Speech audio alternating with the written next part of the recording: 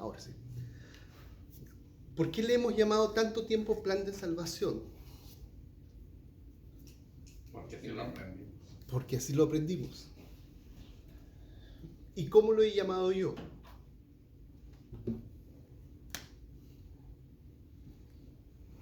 La perspectiva correcta del Evangelio. Exactamente.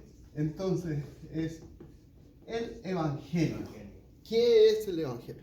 Entonces, alguien podría decir, pero si es eso, el plan de salvación. Y de hecho, más de alguna vez cuando he expuesto este tema en alguna iglesia, pues yo les he dicho, deme 4 palabras claves para el Evangelio.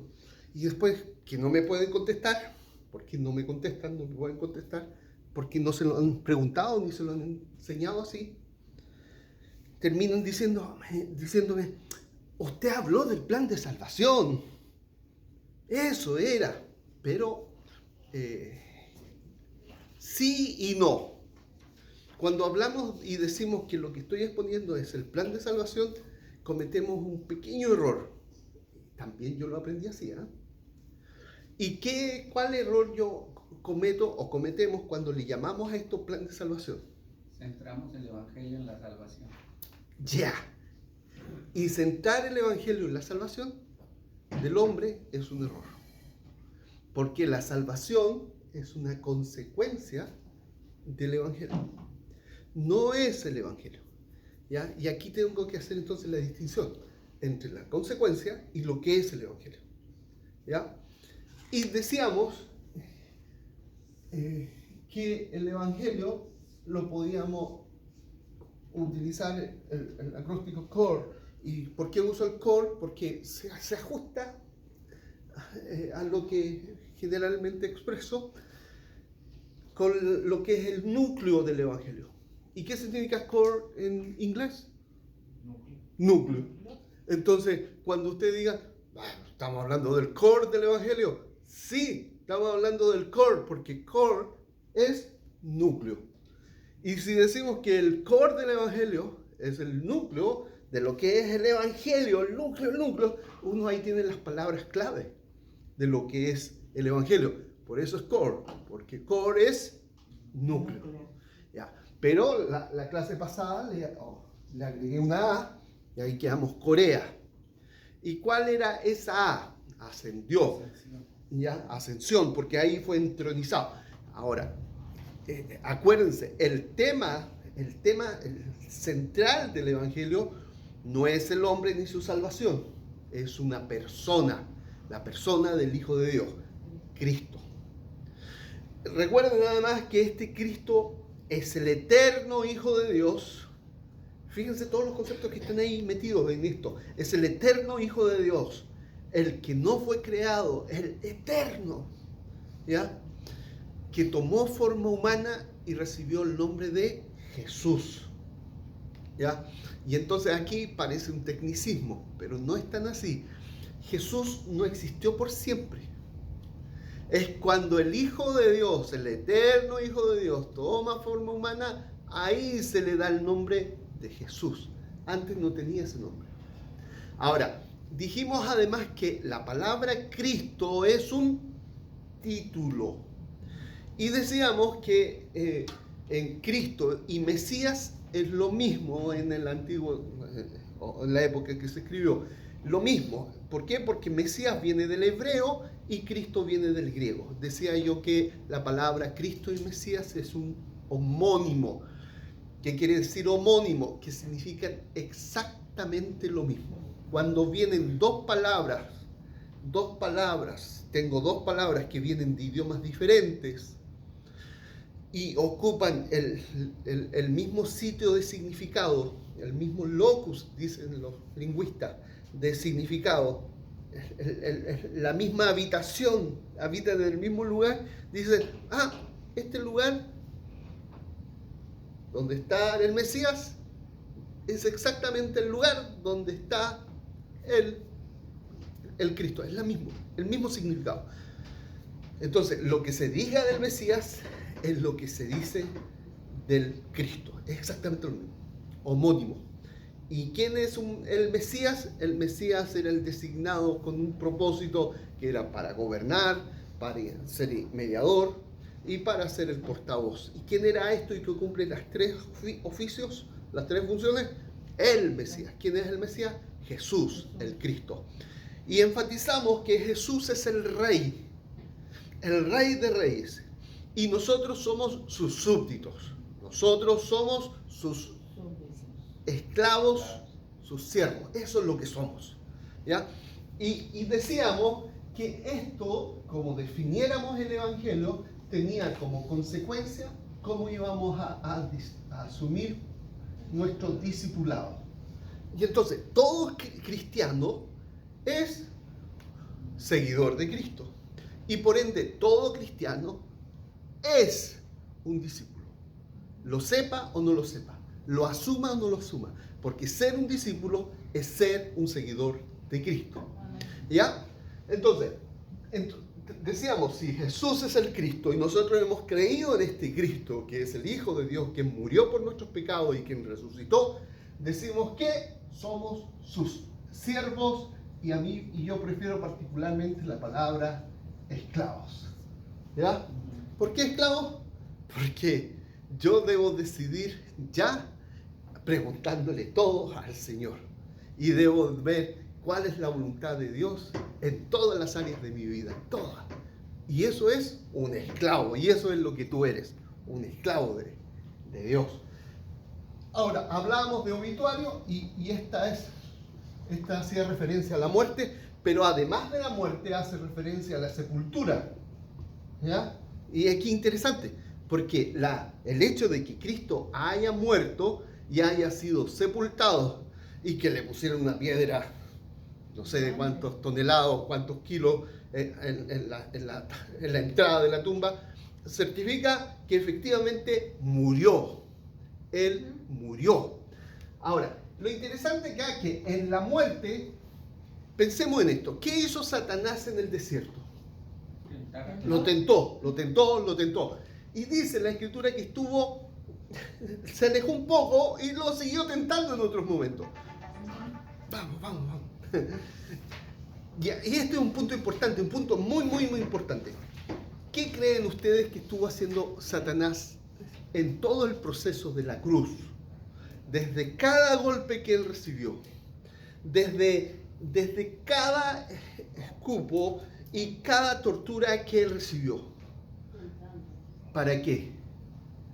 Para que no muriera, para que no se quedara ahí. E inclusive, tan descaradamente, desciende de la cruz y te creeremos. ¿Ya? Pero ¿qué pasaba si descendía de la cruz? Pecaba. Desobedecía y pecaba. ¿Se dan cuenta? Todo el proceso de la cruz, todo lo que vivió ahí en la cruz, es como la sumatoria de todas las tentaciones, de todas, en la cruz. No hay ninguna tentación, ninguna invitación, comillas, invitación, a pecar que no estuvieran en la cruz. Todas están en la cruz. ¿Ya? Todas. E inclusive toda la ira del hombre, toda la maldad del corazón humano, todo está ahí en la cruz. ¿Por qué? Porque lo mismo que hizo Satanás en el desierto, multiplícalo por miles de veces en la cruz. ¿Y qué? ¿Él pecó? No pecó. Entonces, al morir en la cruz, ¿qué vence? La muerte. No, al morir, ¿qué vence? Al pecado. Todavía no a Satanás, al pecado. Él vence al pecado. ¿Por qué todavía no a Satanás? Porque Satanás tenía un imperio. ¿Cuál imperio era? La muerte.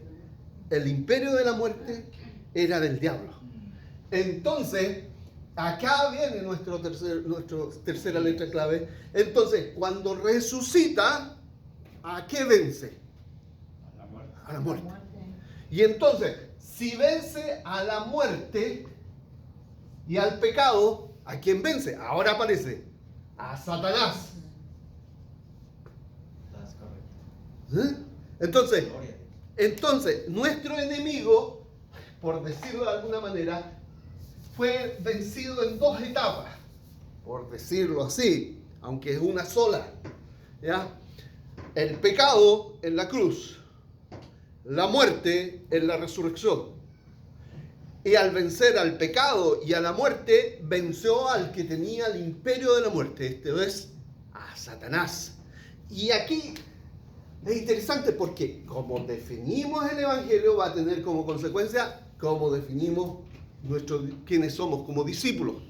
Quiénes somos, nuestra identidad es definida acá, ¿ya? Acá, como resultado del Evangelio. Entonces, como decíamos la vez pasada, si Cristo murió, nosotros morimos en Él. ¿Cuándo? Cuando le aceptamos, cuando recibimos a Jesús como Señor y Salvador.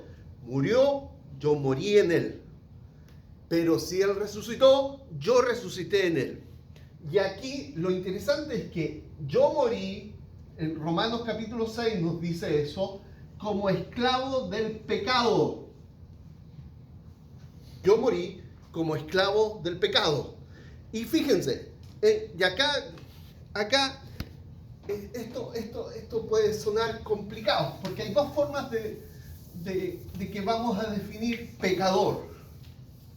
Dos formas, y tenemos que ver esa distinción. Primero, yo soy pecador porque peco. ¿Tú pecas? Ok, hermano, soy un pecador porque pecamos. Pero la definición que Pablo utiliza para pecador, ahí en Romanos, es esta. Pecador es uno que es esclavo del pecado. Si tenemos eso claro, vamos a modificar nuestra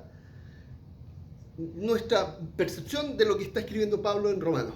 ¿Por qué? Fíjense lo que voy a escribir acá ahora.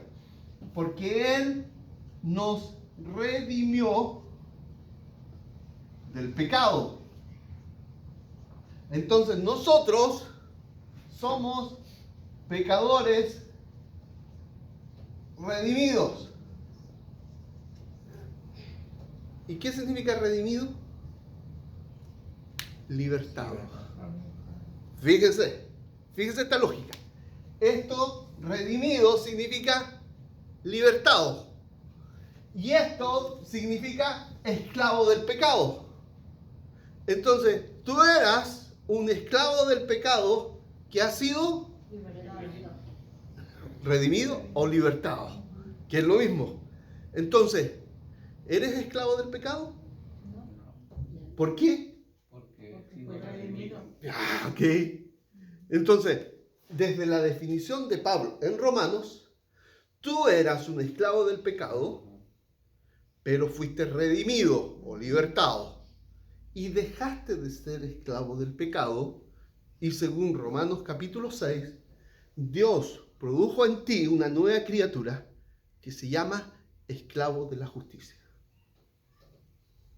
Pero no justice, sino righteousness. Esclavo de la rectitud de Dios. ¿Me siguen? Entonces, tú puedes decir, si yo, fíjate, desde la perspectiva de Pablo, tú no puedes decir, soy un pecador. ¿Por qué? Pero puedes decir, soy un pecador redimido. Porque ser pecador es, soy un esclavo del pecado. Pero ser pecador redimido es, soy un esclavo del pecado que ha sido libertado. Y eso lo cambia todo. Porque cuando tú dices, es que yo no puedo parar de hacer esto. Y si eres cristiano, yo te puedo decir, antes no podías, ahora sí puedes.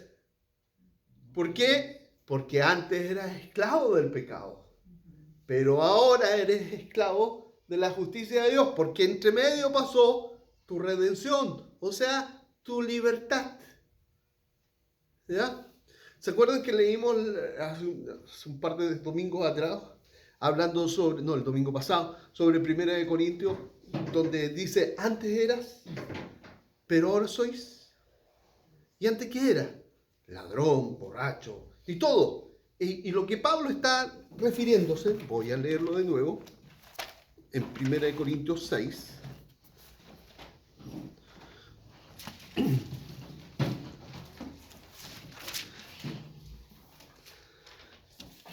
Y se acuerdan que empezaba diciendo, ya han sido lavados, ya han sido santificados, ya han sido justificados en el nombre del Señor Jesucristo y por el Espíritu de nuestro Dios. 1 Corintios 6, verso 9 dice, ¿no sabéis que los malvados no heredarán el reino de Dios? No se dejen engañar. Y acá yo puedo decir, ni los fornicarios, voy a leerlo así, los esclavos de fornicación, ni los idólatras, los esclavos de la idolatría, ni los adúlteros, los esclavos del adulterio, ni los sodomitas, los esclavos del pecado homosexual, ni los pervertidos sexuales, ni los ladrones. Todo esto tú puedes decir, estos son esclavos del pecado, de tal manera que el pecado decide sobre su vida. ¿Y saben ustedes qué manera les decimos a esto que el pecado decide sobre la vida? Hoy día utilizamos un término más elegante. Adicto. ¿Qué significa adicto? El dicto es voz. Y entonces, es sin voz. La persona no tiene voz para decidir sobre su vida. ¿Y quién tiene eso? ¿Qué es esa definición? La definición de un adicto es un esclavo. Entonces, es más, yo te diría que si un hermano está luchando con el alcoholismo, por ejemplo, él no me puede decir que yo soy un adicto. Yo tengo que decirle, no, tú tienes una voz, y la voz que tienes es del Espíritu Santo. Y tú ya dejaste de ser el esclavo del alcohol. Ahora tu voz es la del Espíritu. Y tu voz dice que vivas conforme a su palabra. Y eso es ser un esclavo de la justicia de Dios. ¿Ya? Entonces, fíjense las consecuencias que tiene esto. Porque si defino claramente el Evangelio, voy a definir claramente cómo va a ser mi identidad y mi discipulado. ¿Alguna pregunta respecto a lo que estoy diciendo? Estamos, Core, pero agregamos Corea. Ahora, el tema de hoy día, yo siempre voy a estar resumiendo cuando hable sobre esto, teníamos que ir a nuestra letra E, escritura. ¿Ya? Escritura, ese era nuestro tema hoy día. ¿De qué manera aparece en las escrituras el Evangelio? En Génesis, por ejemplo. Algunos llaman protoevangelio cuando el Señor Dios le dice, llenad la tierra y juzgadla. ¿Ya? Génesis 1, vamos. No.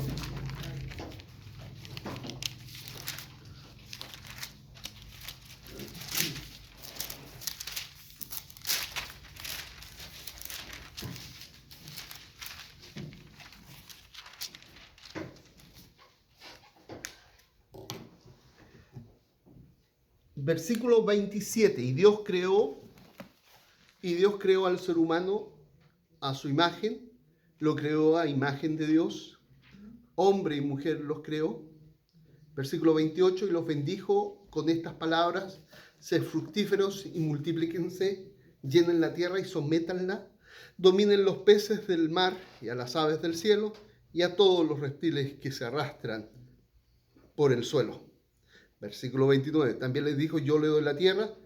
Y bueno, todo esto está designando al ser humano, Adán y Eva, como gobernador de esta creación. Bueno, ¿quién es el Rey de Reyes? Señor de señores hoy día. Buenos días.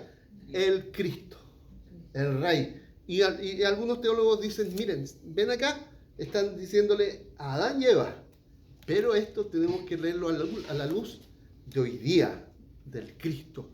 Esto le llaman algunos protoevangelios. Y después vamos y decimos, a ver, ¿y qué más pasamos adelante? ¿Cuándo la Escritura habla sobre el Evangelio? Estamos hablando de qué momento en la Escritura. Cuando Adán y Eva pecan, ¿con qué se visten? Y es- No. Bueno, se visten ellos con hojas. ¿Con hojas de qué? De higo. De higo. ¿Ya? No de parra, sino de higo, hojas de higuera. Algunos dicen que antes de la caída el hombre tenía un brillo que era su vestidura, ¿ya? Un brillo en todo el cuerpo. Pero al pecar ese brillo se va, ¿ya? Eso es lo que dicen, no lo dice la Biblia, ¿ya? Es como los hebreos decían eso.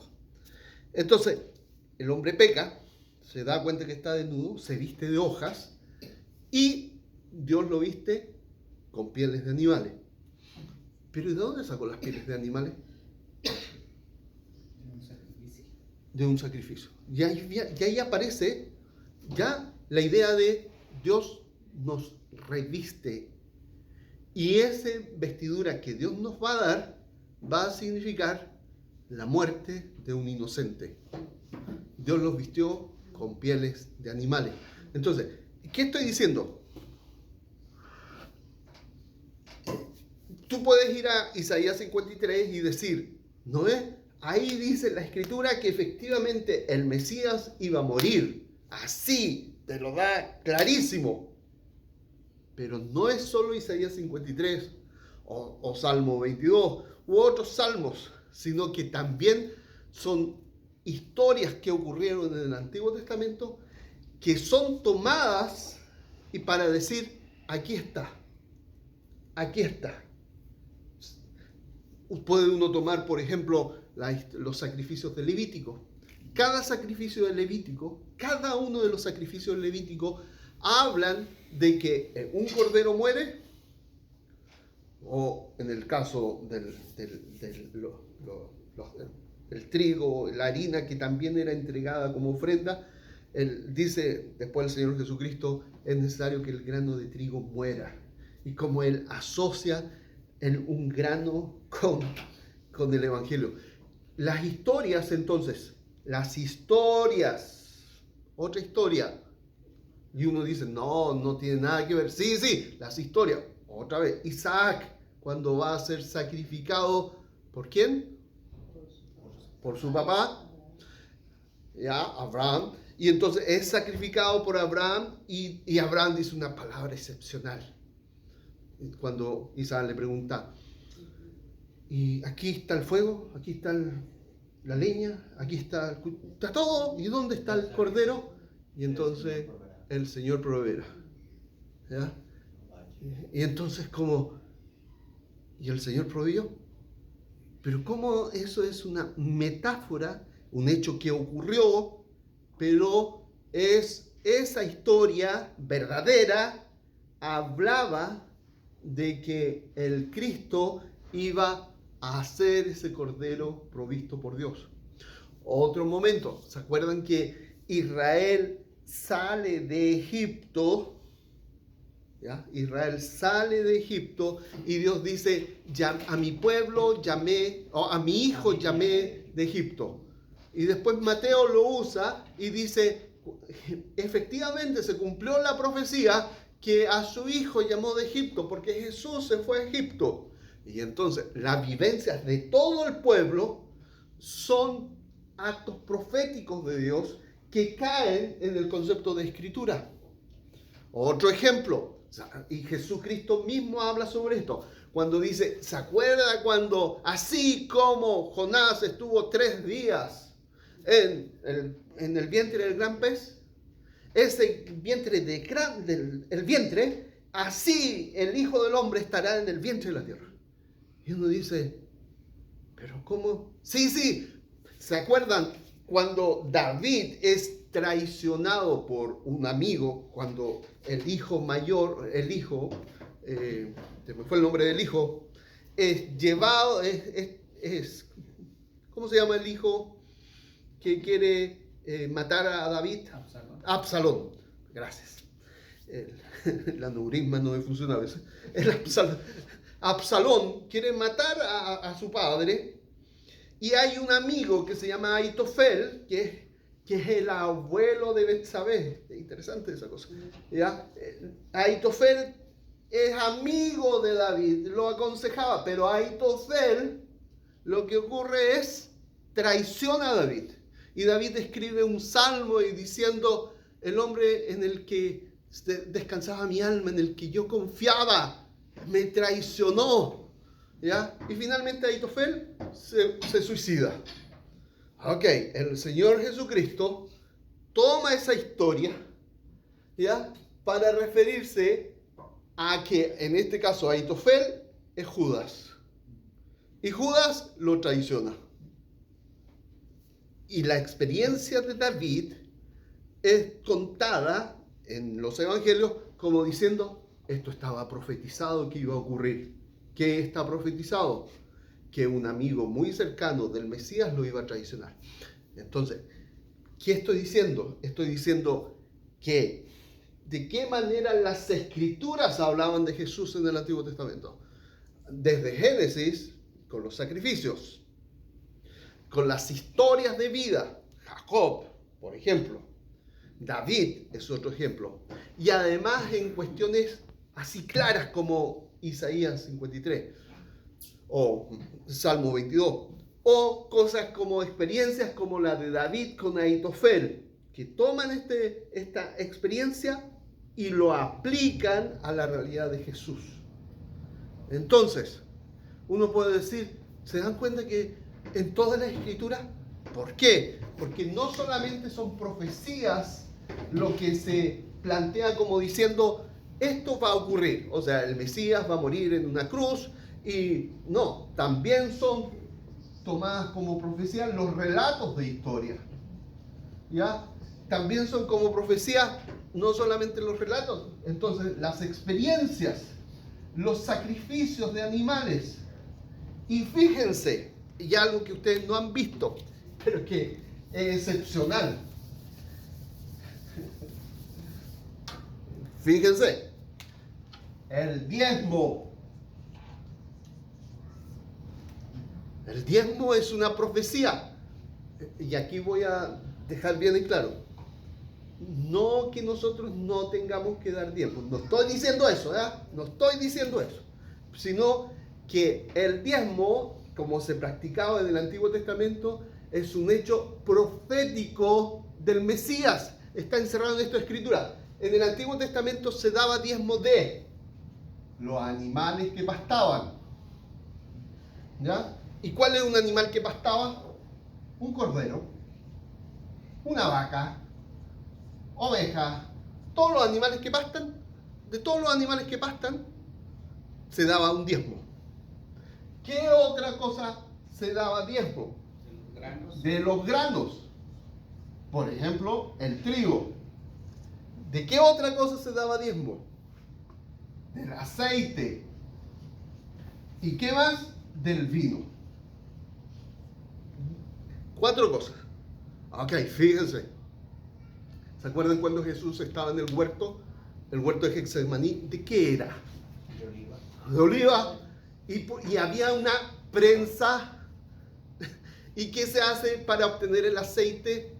Se presiona la aceituna y se saca el jugo, como se hace con la uva. Entonces, ¿qué practicamos en la cena del Señor? Cuando tomamos, ¿qué tomamos? Jugo de la uva. Es la uva que es exprimida. Y cuando el acto de exprimir habla de que el Cristo iba a ser así exprimido en la cruz. ¿Ya? Y el grano, ¿se acuerdan cuando Jesús dice, el grano de trigo tiene que morir para producir vida? Es excepcional, porque el Cristo mismo se identifica con el grano. Entonces, acá, cuando Cristo se identifica con el grano, uno tiene que decir, oh, aquí hay algo interesante. El Cristo es el diezmo de Dios. El diezmo de Dios le pertenece a Dios enteramente. ¿Ya? Todo lo de el diezmo de Dios es Cristo mismo. Pero fíjense, los animales que pastan, ¿para qué se usaban los animales que pastaban? Para los sacrificios. Solo esos animales que pastaban eran posible llevarlos al altar y realizar el derrame de sangre. Entonces, ¿quién es el Cordero de Dios? El animal que pasta, el Cristo. Pero acá tiene consecuencias también.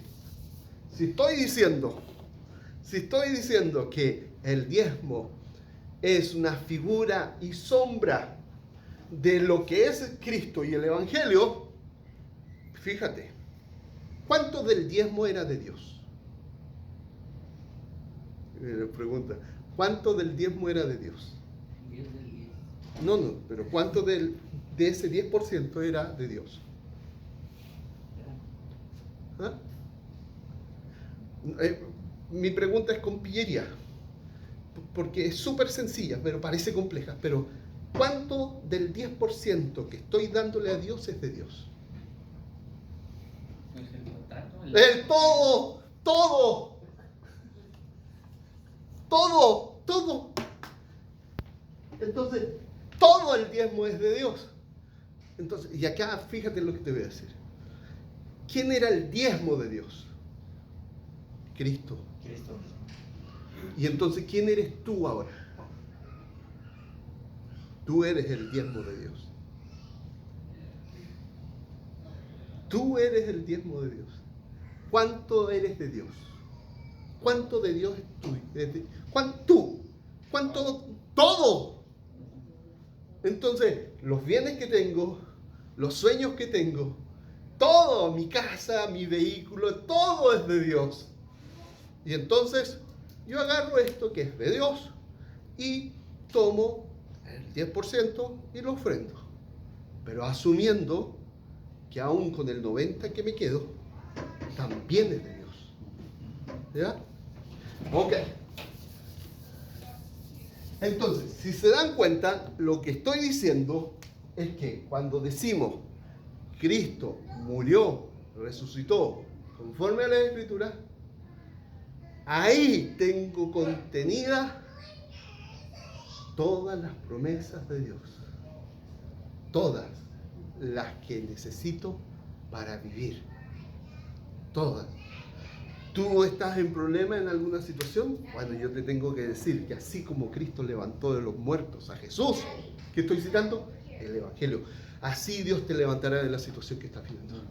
Tú dices estar en una adicción, yo te tengo que decir que así como fuiste libertado del pecado, la adicción no manda sobre tu vida. El Espíritu de Dios que está en ti es el que manda. Y tú solamente tienes que dejarte guiar por Él. Y cualquier situación, vista a la luz del Evangelio, todo visto a la luz de Cristo, murió y resucitó conforme a las Escrituras.